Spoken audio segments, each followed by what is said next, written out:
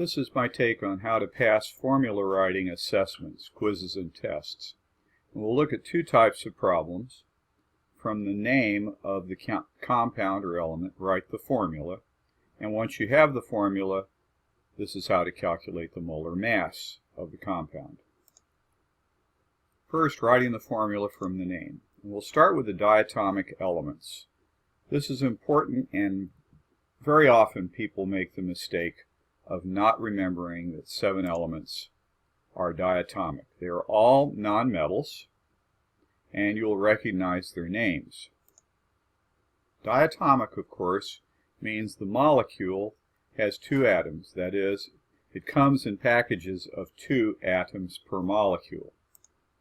They are bromine, iodine, nitrogen, chlorine, hydrogen, oxygen, and fluorine. They're basically on the right side of the periodic table, plus hydrogen.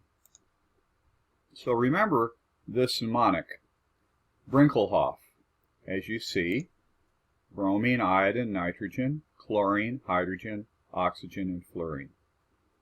So, bromine and nitrogen are diatomic, so bromine is Br2, nitrogen is N2. Now this is only in the element form, not compounds. Don't automatically write a 2 every time you see bromine or chlorine or nitrogen or hydrogen, because this is only the element form, how it comes as an element in nature. Now let's talk about molecular compounds. And these, of course, are also made of nonmetals.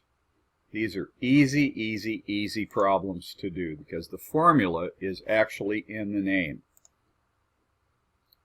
The rule is, except when the first element in the compound is all by itself, only one, the number of atoms is the prefix to the name of the element. So carbon dioxide is CO2. Dioxide, 2 oxygens. So what would be dinitrogen tetroxide? 2 nitrogen, 4 oxygen, N2O4. Here are some practice problem precursors. The prefixes, of course, are mono, di, tri, tetra, penta, hexa, hepta. You've seen these in geometry, so you know what we're talking about. So you should memorize these prefixes and the number that they represent if you haven't done that already in geometry. So here's some practice. Give the formula of sulfur trioxide, dihydrogen sulfide, dinitrogen pentoxide, tetraphosphorus trisulfide. Try those out. Turn off the video and then check the answers after you write them down. Sulfur trioxide, dihydrogen sulfide, also known as just hydrogen sulfide, dinitrogen pentoxide, tetraphosphorus trisulfide. Now let's look at ionic compounds and create the formula from the name. First of all, ionic compounds are made of metals and nonmetals joined together, or ions that are clearly marked as ions. You get the valence from the position on the periodic table, or the Roman numeral of the metal if you have a Roman numeral after the metal name in the compound. Then you apply the crisscross rule, and finally check to see that the ratio is the lowest whole number ratio. If it's a 4:2, then you'd convert that to a 2:1. Here are your rules, and here's an application. We'll look at calcium phosphate. We've got the calcium ion and the phosphate ion, and we've written the charges down. The valences, the charges in this case, are +2 and -3. Actually, the word valence only fits with the calcium. Calcium then would get the 3 from the phosphate on its subscript, and phosphate gets the 2 from calcium as its subscript.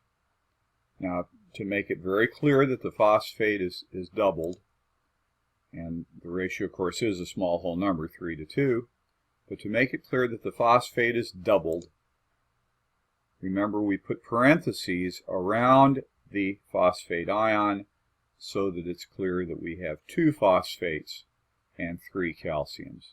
The parentheses act to keep the phosphate together, so you don't think you can split it up. Now let's give you some practice. Give the formula for sodium nitride, magnesium sulfide, ammonium selenide, manganese 2-nitrate, and ammonium sulfate. Turn the video off again and check the answers when you've written them down. Here are your answers.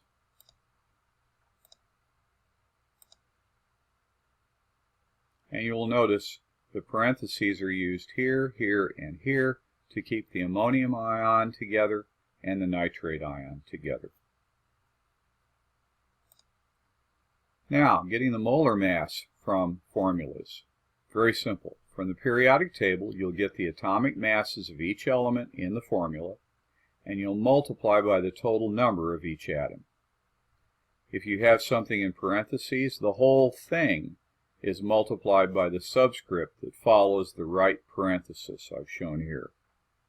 Once you've gotten all the individual atomic masses times the number of them, you add up the atomic masses, and that gives you your molar mass. So, for example, we do the molar mass of ammonium sulfate. The ammonium ion, you've got a nitrogen, 14, and 4 hydrogens, that's 4. That's 18 for an ammonium ion.